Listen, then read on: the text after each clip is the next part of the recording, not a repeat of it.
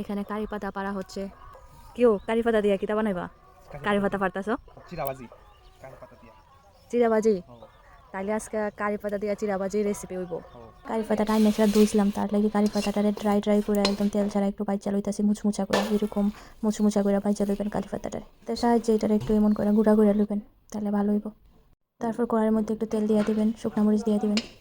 কিতা করতেছ? ওখানে মরিচটি ভাজতেছি, মরিচটা একদম লাল লাল করুন বাচ্চা, তারপরে চিরাড়ি বাজুন, তারপরে সবটা একসাথে মিক্সড করুন। এই তো বাচ্চা আসছি, এই যে নামাই দিয়েছি।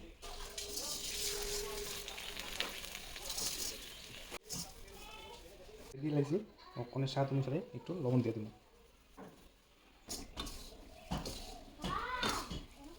দেখতে পাচ্ছেন এখানে চিরাটা একটু হালকা ভাজা নিছি, কারি পাতা মানে এটা হালকা ভাজছিলাম, ভাজছি তখন এটার মধ্যে দিয়ে দিতেছি।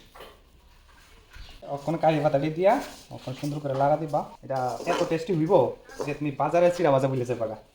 আর এটা একটা বয়মের মধ্যে স্টোর করে রাখতে পারবা।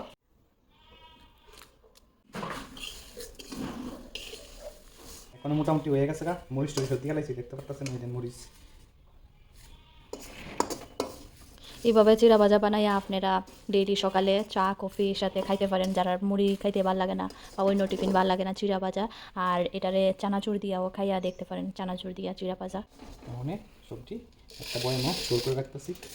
একদম মুচমুচে চিরা ভাজা রেডি। এখন আমরা এটারে স্টোর করে রেখে দিতেছি। করে দেখি কেমন হয়েছে।